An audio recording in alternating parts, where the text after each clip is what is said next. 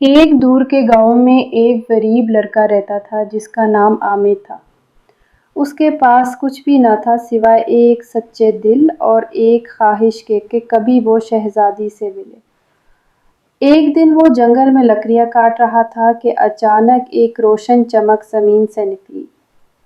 وہاں ایک چھوٹا جادوئی پرندہ آیا اور بولا، تمہارا دل نیک ہے، یہ لو سونے کے 2 بال، لیکن یاد رکھو انہیں کسی خاص انسان کو دینا۔ عامر وہ بال لے کر محل کی طرف گیا۔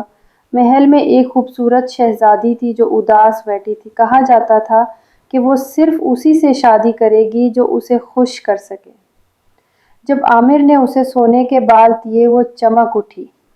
اس نے مسکرا کر کہا، یہ تو میرے خوابوں کی نشانی ہے۔ شہزادے اور درباری حیران رہ گئے۔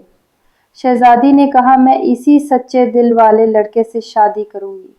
بادشاہ نے خوش ہو کر جادوئی انگوٹھی عامر کو دی جو اسے ہمیشہ عزت، خوشی اور محبت دے گی۔ یوں ایک غریب لڑکا بن گیا محل کا راج کمار، صرف اپنی نیکی اور سچائی کی طاقت